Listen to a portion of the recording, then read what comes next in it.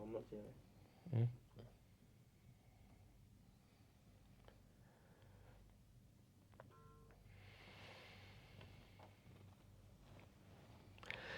Evening, നമസ്കാരം. Gulf ടോക്കിൻ്റെ പുതിയൊരു എപ്പിസോഡിലേക്ക് എല്ലാവർക്കും സ്വാഗതം. തൻവീറും നിസാറുമാണ് ഇന്ന് നിങ്ങളോടൊപ്പം ഉള്ളത്. ഇന്ന് നമ്മൾ സംസാരിക്കുന്നത് വളരെ ഇമ്പോർട്ടൻ്റ് ആയിട്ടുള്ളൊരു വിഷയമാണെന്ന് പറയാം. നമ്മളെല്ലാവരും നേരിടുന്ന ഒരു വിഷയം കൂടിയാണ്. അതിനു മുമ്പ് കുറച്ച് ചരിത്രത്തിലേക്ക് അല്ലെങ്കിൽ ഒരു വൈറലായിട്ടുള്ളൊരു വീഡിയോയിലേക്ക് പോകാൻ തോന്നുന്നു. ഒരു വീഡിയോനെ കുറിച്ച് ഞാൻ പറയാം. ഇപ്പോൾ അത് പ്ലേ ചെയ്യാനുള്ള സൗകര്യം നമുക്കില്ല. ഇടക്കാലത്ത് വലിയ രീതിയിൽ സോഷ്യൽ മീഡിയയിലൊക്കെ വൈറലായിട്ടുള്ളൊരു വീഡിയോ ഉണ്ടായിരുന്നു. പഴയ കാലത്തൊരു കല്യാണ വീഡിയോ വരുന്നത്. അതായത് എനിക്ക് തോന്നുന്നു 80കളിലോ അല്ലെങ്കിൽ 90കളിലോ ഒക്കെ ഒരു കല്യാണ വീഡിയോ ആണ്. ഈ വീഡിയോയിൽ ഒരു പ്രത്യേകതയുണ്ട്. അത് നിങ്ങളാരും കണ്ടുപിടിക്കാൻ പറ്റുമോ എന്നുള്ളൊരു ക്യാപ്ഷനോട് കൂടി വന്നൊരു വീഡിയോ ആണ്. ആ വീഡിയോയുടെ പ്രത്യേകത പിന്നീട് അതിൻ്റെ എൻഡിലാണ് അത് റിവീൽ ചെയ്യുന്നത്. ആ വീഡിയോയിൽ ആർക്കും കൊടവയറില്ല. ആ വീഡിയോയിൽ കാണുന്ന എല്ലാ പ്രായത്തിലുള്ള ആളുകൾക്കും അല്ലെങ്കിൽ 90% ആളുകളും വളരെ ഫിറ്റായിട്ട് നമുക്ക് തോന്നുന്നുണ്ട്. പക്ഷേ ഇന്നത്തെ ഒരു കല്യാണ വീഡിയോ എടുത്താൽ അതായിരിക്കില്ല സ്ഥിതി. അപ്പോൾ ഇന്ന് നമ്മൾ സംസാരിക്കുന്ന വിഷയം പൊണ്ണത്തടിയെക്കുറിച്ച് തന്നെയാണ്. നമ്മൾ ബോഡി ഷേമിംഗ് എന്നൊക്കെ പറഞ്ഞതിന് മറ്റൊരു തലത്തിലേക്ക് നമ്മളതിനെ കൊണ്ടുപോകുന്നുണ്ടെങ്കിലും അത് ആരോഗ്യപരമായിട്ടത് വലിയൊരു പ്രശ്നം തന്നെയാണ്. ഇപ്പോൾ റീസെൻ്റ്ലി വന്നൊരു പഠനവുമായി ബന്ധപ്പെട്ടിട്ട് അതിൻ്റെ അടിസ്ഥാനത്തിലാണ് ഈ വിഷയം നമ്മൾ സംസാരിക്കുന്നത്. 2050 ആകുമ്പോഴേക്കും ഇന്ത്യയുടെ ജനസംഖ്യയിലെ 1/3 പൊണ്ണത്തടിയുള്ള ആളുകൾ, അമിതവണ്ണമുള്ള ആളുകൾ, അത് സ്ത്രീ പുരുഷ ഭേദമന്യേ എന്നുള്ള കണക്കാണ് വന്നിരിക്കുന്നത്. നമ്മൾ ഇത് അത്ഭുതപ്പെടുത്തുന്ന കണക്കാണെന്ന് തോന്നുന്നു. നമ്മൾ പ്രതീക്ഷിക്കുന്നുണ്ടെന്ന് തോന്നുന്നില്ല. ഇത് അത്ഭുതപ്പെടുത്തുന്നൊന്നുമല്ല, എനിക്ക് തോന്നുന്നത് അതിലും കൂടുതലുണ്ടെങ്കിലുള്ളൂ. കേരളത്തിലെ കണക്കെടുത്ത് നോക്കുകയാണെങ്കിൽ 3-1 പകരം ഒരു പക്ഷേ 2-1 ആവാനുള്ള സാധ്യതയുണ്ട്.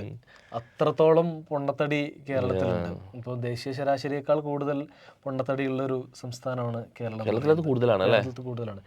അത് വേറൊന്നുമില്ല, ഇപ്പം നേരത്തെ തൻവീർ പറഞ്ഞൊരു സംഭവം തന്നെയാണ്. അപ്പം പഴയ കാലത്ത് അന്ന് പിന്നെ പഴയ ഫോട്ടോസ്, പഴയ വീഡിയോസ് ഇതൊക്കെ എടുത്ത് നോക്കുകയാണെങ്കിൽ നമുക്ക് കാണുമ്പോൾ മനസ്സിലാവും. കാരണം ആളുകളൊക്കെ ഭയങ്കര സ്കെൽറ്റായിട്ട് ഭയങ്കര എനർജിക് ആയിട്ടുള്ള ബോഡിയാണുള്ളത്.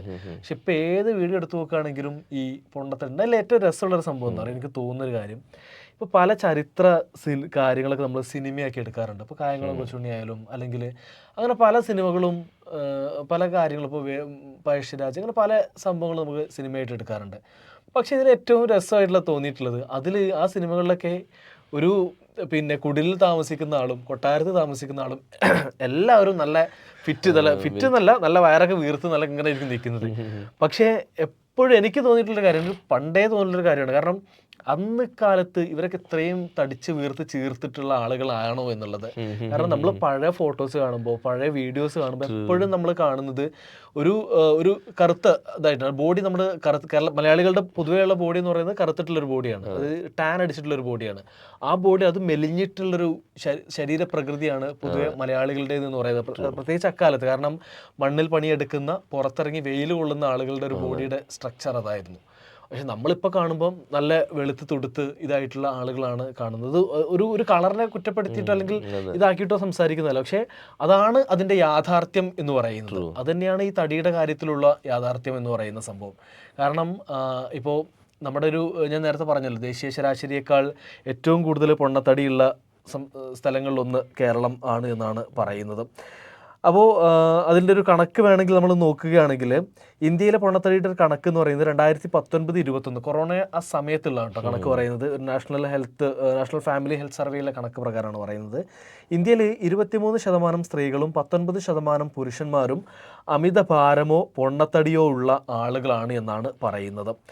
അപ്പോൾ നമ്മൾ അത്രയാണ് ഇന്ത്യയിലെ ടോട്ടൽ കണക്ക്. ഇനിയിപ്പോൾ കേരളത്തിലെ കണക്കെടുത്ത് നോക്കുകയാണെങ്കിൽ 38% സ്ത്രീകളും 36% പുരുഷന്മാരും. അതായത് ദേശീയ ശരാശരിയേക്കാൾ എത്രയോ കൂടുതലാണ് കേരളത്തിലെ കണക്ക് എന്ന് പറയുന്നത്. അതുകൊണ്ട് തന്നെ നമ്മൾക്കത് മനസ്സിലാക്കാൻ കഴിയും. ഒരു ജീവിത സാഹചര്യങ്ങൾ, അതുപോലെ തന്നെ മറ്റൊരുപാട് കാര്യങ്ങൾ അതിലുണ്ട്. അതിലേക്ക് നമുക്ക് പതുക്കെ പോകാം. ഓക്കെ, ഈ കാര്യം കൊണ്ട് തന്നെ ഇതാണ് അതിൻ്റെ ഒരു ആവറേജ് കണക്ക് എന്ന് പറയുന്നത്.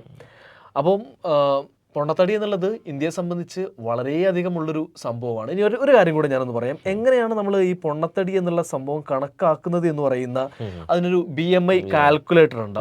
അപ്പോൾ ആ ഒരു കാൽക്കുലേറ്റർ വരുന്നത് എന്ന് പറയുന്നത്, ഇപ്പോൾ തൻവീറിൻ്റെ വെയിറ്റ് എത്രയാണ്? സെഞ്ചുറിയാണ്. 100. തൻവീറിൻ്റെ ഹൈറ്റ് എത്രയാണ്?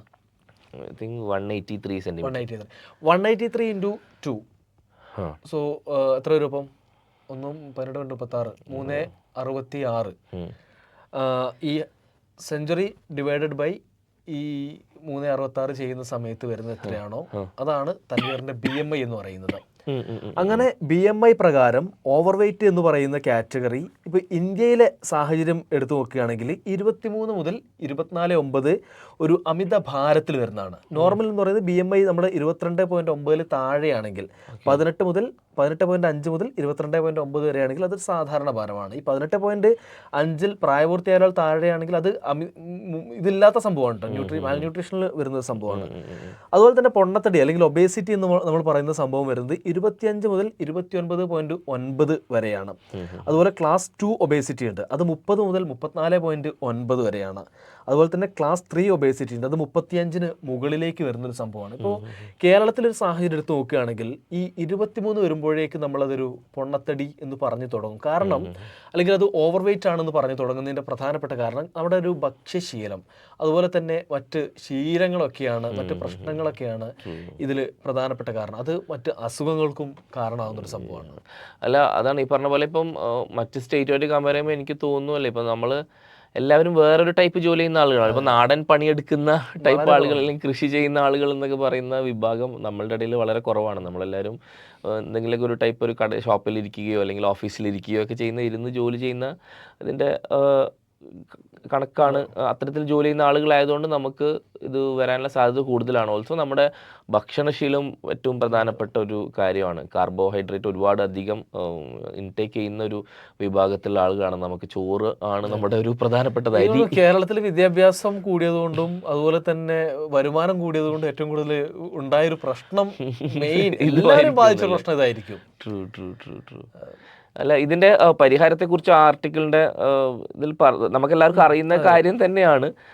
ബട്ട് സ്റ്റിൽ ഇതിലേറ്റവും പ്രധാനമായിട്ട് ഒരു പറയുന്നുള്ള ഒരു കാര്യം എന്ന് പറയുന്നത് ഭക്ഷണം കഴിക്കുന്നതുമായി ബന്ധപ്പെട്ടിട്ട് തന്നെയാണ്. അതിൽ പറയുന്ന ഒരു പ്രധാനപ്പെട്ട ഒരു കാര്യം, അതിൻ്റെ അളവിനെ കുറിച്ച് നമ്മളെപ്പോഴും പറയുന്ന പോലെ തന്നെ പതുക്കെ കഴിക്കാം എന്നുള്ളൊരു കാര്യം പറയുന്നുണ്ട്. അത് ഭയങ്കര ഇമ്പോർട്ടൻ്റ് ആയിട്ടുള്ളൊരു കാര്യമാണ്. അത് കഴിക്കുക മീൻസ് അത് നമ്മൾ പെട്ടെന്ന് നമുക്ക് വായിലെത്തിക്കഴിഞ്ഞാൽ ഉടനെ നമ്മൾ ഇറക്കുക എന്നുള്ളതാണല്ലോ നമ്മുടെ ശീലം. അപ്പോൾ ഇതിന് ചവക്കുക, പതുക്കെ ചവച്ചരച്ച് മാക്സിമം നമ്മൾ ഇവിടുന്ന് തന്നെ, അതായത് നമ്മളിതൊരു മിക്സർ ഗ്രൈൻഡറിലിട്ട് അരക്കുന്ന പോലെ അത് കഴിഞ്ഞതിന് ശേഷം വേണം നമ്മുടെ ഇതിലേക്ക് ഇറക്കാൻ എന്നാണ് പറയുക. എനിക്ക് തോന്നുന്നു നമുക്ക് അങ്ങനത്തെ ഒരു പരിപാടി വളരെ കുറവാണ്. ടൈമില്ല. ഒന്നാമത് ഓഫീസിലേക്ക് പോകുന്ന തിരക്കിലും സ്കൂളിലേക്ക് പോകുന്ന തിരക്കിലും കോളേജിൽ പോകുന്ന തിരക്കിലൊക്കെയാണ് നമ്മളെല്ലാവരും കഴിക്കുന്നത്. അപ്പോൾ പതുക്കെ കഴിക്കുന്നത് വളരെ ഇമ്പോർട്ടൻ്റ് ആയിട്ടുള്ളൊരു കാര്യമാണ്. അതേപോലെ തന്നെ അളവിൻ്റെ കാര്യത്തിലും ശ്രദ്ധ. നമ്മൾ ചോറ് കഴിക്കുന്നതിനെ കുറിച്ച് പറയുമ്പോൾ എപ്പോഴും ഡോക്ടേഴ്സും ഡയറ്റീഷ്യൻസൊക്കെ പറയുന്ന ഒരു പ്രധാനപ്പെട്ട ഒരു കാര്യമാണ്, നമ്മൾ കറി എടുക്കുന്നത് പോലെ ചോറെടുക്കുന്ന പോലെ വലിയൊരു പാത്രത്തിൽ ചോറെടുത്ത് ഇത്ര ഒരു 3 ഐറ്റംസ് കറി വെക്കുക, പൊരിച്ച മീന് അല്ലെങ്കിൽ പൊരിച്ച ചിക്കൻ ഒന്ന് കണ്ടാലേ നമുക്ക് ഇതേ ഉള്ളൂ. പപ്പടം.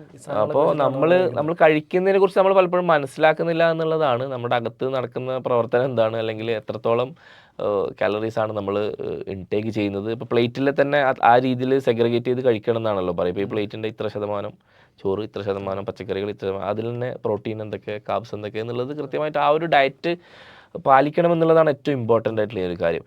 നിസാറിന് അല്ലാതെ വേറെ എന്താണ് ഇതിൻ്റെ അകത്ത് തോന്നിയിട്ടുള്ളത്? ഭക്ഷണം, ഇത് 2 സംഭവങ്ങൾ പ്രധാനമായിട്ട് വരുന്നുണ്ട്. പിന്നെ ഭക്ഷണത്തിന്റെ രീതി, അതുപോലെ തന്നെ ജീവിത ശൈലി ഏറ്റവും അത്. കാരണം ഇപ്പൊ പ്രത്യേകിച്ച് പ്രവാസികളുടെ കാര്യം എടുത്ത് നോക്കുകയാണെങ്കിൽ ഗൾഫിലും ഒരുപാട് ആളുകൾക്ക്, UAE കാര്യം എടുത്ത് നോക്കുകയാണെങ്കിൽ ഒരുപാട് ആളുകൾക്ക് ഒബേസിറ്റി ഉള്ള ആളുകളാണ്. ഇവിടുത്തെ ജനസംഖ്യയുടെ തന്നെ പറഞ്ഞ പോലെ 1/3 എന്ന് പറയുന്ന പോലെ തന്നെ ഒബേസിറ്റി ആളുകൾക്ക് ഇവിടെ ഉണ്ട്. അത് ഏറ്റവും പ്രധാനപ്പെട്ടത് ജീവിത ശൈലിയാണ്. കാരണം പിന്നെ നേരെ ഓഫീസിലേക്ക് പോകുന്നു, അത് കഴിഞ്ഞ് വീട്ടിലേക്ക് എത്തുന്നു. ഇതിനിടയ്ക്ക് പല ആളുകൾക്കും വർക്കൗട്ട് ചെയ്യാൻ സമയമില്ല, അല്ലെങ്കിൽ അത് ട്രാഫിക്കിലേക്ക് വിട്ടുപോകുന്നു, അല്ലെങ്കിൽ മറ്റു കാര്യങ്ങളിലേക്ക്, അതായത് ശരീരം അനങ്ങാത്ത കാര്യങ്ങളിലേക്ക് അവർ കൂടുതലായിട്ട് ശ്രദ്ധ പുലർത്തുന്നൊരു സംഭവമാണ് പ്രധാനമായിട്ടുള്ളത്.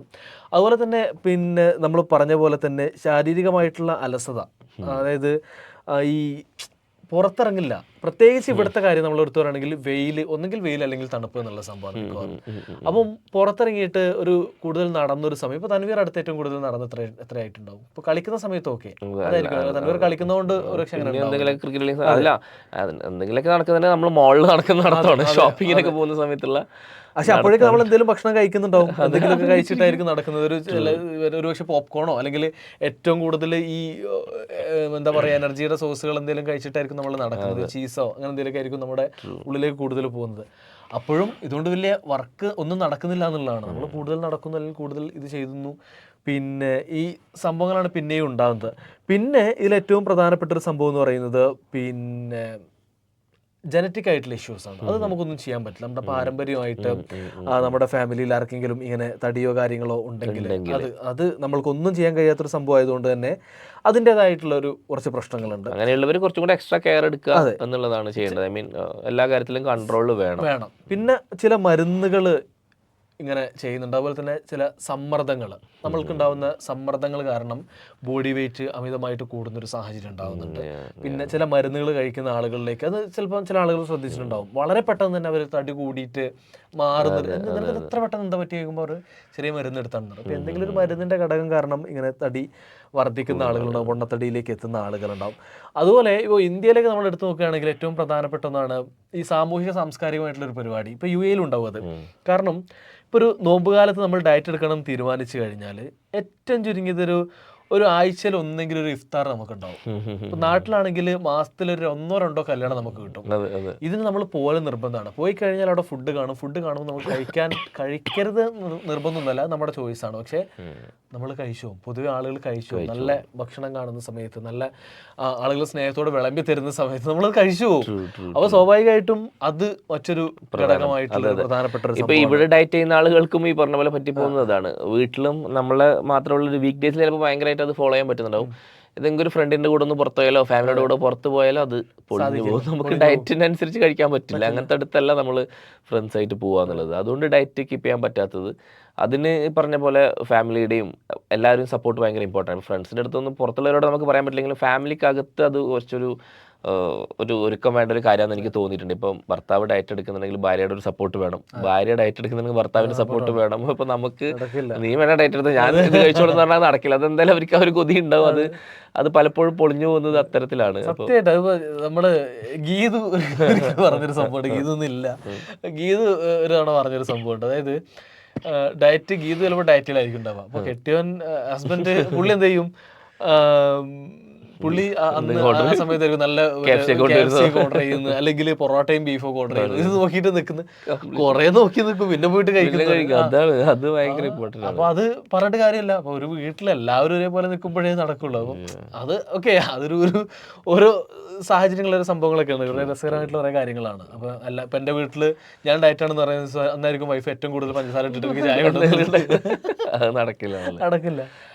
അത് ഒരു സംഭവമാണ്. പിന്നെ വിഷാദം, ഈ മാനസികമായിട്ടുള്ള സംഭവത്തിന്റെ സ്ട്രെസ്, അതെ, വിഷാദ രോഗങ്ങൾ അല്ലെങ്കിൽ ഇങ്ങനെ സങ്കടങ്ങളും കാര്യങ്ങളൊക്കെ, ഈ തൂങ്ങി നിൽക്കുക, ഇങ്ങനത്തെ സംഭവങ്ങൾ കൊണ്ട് ഈ തടി മാറുന്ന സാഹചര്യം. അതെ, നമ്മൾ പലപ്പോഴും വിചാരിക്കുക നീ എന്താ ടെൻഷൻ കൊണ്ട് മെലിഞ്ഞോ എന്നാണ് നമ്മൾ എപ്പോഴും വിചാരിക്കുക. പക്ഷെ അങ്ങനെ മെലിയുന്നത് മാത്രമല്ല, ടെൻഷൻ കാരണം തടിക്കുന്ന ആളുകളുണ്ട്.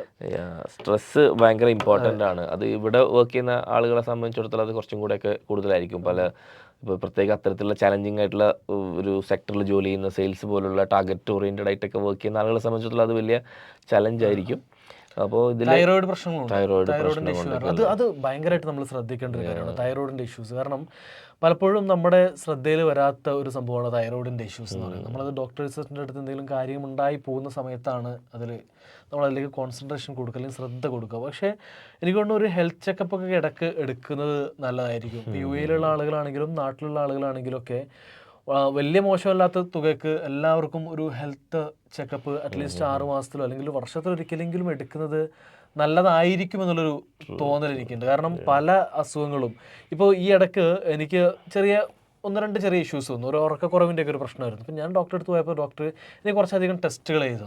അപ്പോൾ ആ സമയത്താണ് നമ്മൾ മനസ്സിലാക്കുന്നത് പല അസുഖങ്ങളുടെയും ഒരു ബോർഡർ ലൈനിൽ നിൽക്കുകയാണ് എന്നുള്ളത്. ഇപ്പം അസുഖം എന്ന് പറയാൻ പറ്റില്ല, പക്ഷേ ശാരീരികമായിട്ടുണ്ടാവുന്ന കൊളസ്ട്രോൾ ആയാലും അല്ലെങ്കിൽ അങ്ങനത്തെ കുറച്ച് സംഭവങ്ങൾ, എന്തൊക്കെയോ കുറച്ച് സാധനങ്ങളുടെയൊക്കെ, പിന്നെ തൈറോയിഡിൻ്റെത്, അതുപോലെ തന്നെ വൈറ്റമിൻ ഡി ഇഷ്യൂസ്, ഇതിൻ്റെയൊക്കെ ഒരു ബോർഡർ ലൈനിലാണ് എന്നുള്ളതാണെന്ന് ഡോക്ടർ പറഞ്ഞത്. കുറച്ച് കാര്യങ്ങളൊന്നും ശ്രദ്ധിച്ചാൽ മതി, ഓക്കെ ആവും എന്നുള്ളത്.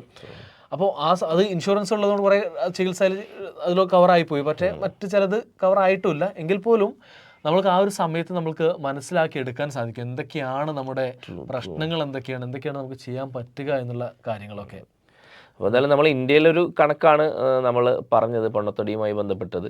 അപ്പോൾ നമ്മൾ ഇവിടെയാണ് താമസിക്കുന്നതെങ്കിൽ അതിനുള്ള സാധ്യത കുറച്ചും കൂടെ കൂടുതലായിട്ടാണ് എനിക്ക് തോന്നുന്നത്. നമ്മൾ ഇവിടുന്ന് കഴിക്കുന്നൊരു ഫുഡ് കൾച്ചറും ഇവിടുത്തെ ഒരു ലൈഫ് സ്റ്റൈലൊക്കെ അതിന് ഏറ്റവും എന്താ പറയുക, ഏറ്റവും ക്യാച്ച് ചെയ്യാൻ സാധ്യതയുള്ള ഒരു കാര്യം കൂടിയാണ്. അപ്പോൾ ഡെഫിനറ്റ്ലി നമ്മളത് ശ്രദ്ധിക്കേണ്ടതുണ്ട്. ഇങ്ങനെ പൊണ്ണത്തടി എന്നുള്ളത് പറഞ്ഞ പോലെ നമ്മൾ ബോഡി പൊളിറ്റിക്സിനെ കുറിച്ചൊക്കെ ഇപ്പോൾ സംസാരിക്കും. അവരുടെ ചോയ്സാണ് അവരുടെ ബോഡി എന്നൊക്കെ നമ്മൾ പറയുമ്പോഴും ഹെൽത്തി ആയിരിക്കുക എന്നുള്ളത് വളരെ ഇമ്പോർട്ടൻ്റ് ആണ്. ഇതിൻ്റെ മറ്റൊരു വിഷയമാണ്. നമ്മൾ ഒരാളെ കളിയാക്കുന്നതോ അതിനപ്പുറത്ത് മാറി പറയുന്നുണ്ടെങ്കിലും നമ്മൾ ഹെൽത്തി ആയിരുന്നാലേ നമുക്ക് എല്ലാത്തിനും എന്തും നമുക്ക് ചെയ്യാൻ പറ്റുള്ളൂ. അത് ഇപ്പൊ നമ്മൾക്ക് തന്നെ നമ്മുടെ ഒരു ജീവിതത്തിലേക്ക് എടുത്ത് നോക്കുകയാണെങ്കിൽ മനസ്സിലാക്കാൻ കഴിയില്ല. നമ്മൾ മെലിഞ്ഞിരുന്ന അല്ലെങ്കിൽ നമ്മൾക്ക് കുറച്ചും കൂടെ ഫിറ്റ് ആയിരുന്ന ഒരു സമയത്ത് നമ്മൾ ചെയ്തിരുന്ന ഒരുപാട് കാര്യങ്ങളുണ്ട്. പക്ഷെ ഇപ്പൊ പല കാര്യങ്ങൾക്ക് നമ്മൾക്ക് ചെയ്യാൻ പറ്റുന്നില്ല എന്നുള്ളൊരു സംഭവമുണ്ട്. ഒന്ന് ഓടാൻ ഈവൻ അല്ലെങ്കിൽ ഒന്ന് പണ്ടൊക്കെ കുറേ ഓടിയാൽ നമ്മൾ കഥക്കില്ലായിരുന്നു. ഇപ്പൊ ഒന്ന് ചിലപ്പോ ഒന്ന് അങ്ങോട്ട് സാധനം എടുക്കാൻ വേണ്ടി പെട്ടെന്ന് ഓടേണ്ടി വന്നാലാണ് നമ്മൾ അറിയുന്നത് ഇത്ര കഥപ്പോ എന്നൊക്കെ ഉള്ളത്. അപ്പോൾ വളരെ അലാമിങ് ആയിട്ടുള്ളൊരു ഒരു കണക്കാണ് വന്നിരിക്കുന്നത്, ഒരു പഠനമാണ് വന്നിട്ടുള്ളത്. അപ്പോൾ ആ ഒരു വിഷയം ഇന്ന് സംസാരിച്ചു എന്നേ ഉള്ളൂ. അപ്പോൾ എല്ലാവരും ശ്രദ്ധിക്കുക, സ്റ്റേ ഹെൽത്തി എന്ന് മാത്രം പറഞ്ഞുകൊണ്ട് ഇന്നത്തെ ഗൾഫ് ടോക്ക് ഇവിടെ നമ്മൾ വൈൻഡപ്പ് ചെയ്യുകയാണ്. നാളെ നമുക്ക് മറ്റൊരു വിഷയമായിട്ട് വീണ്ടും കാണാം.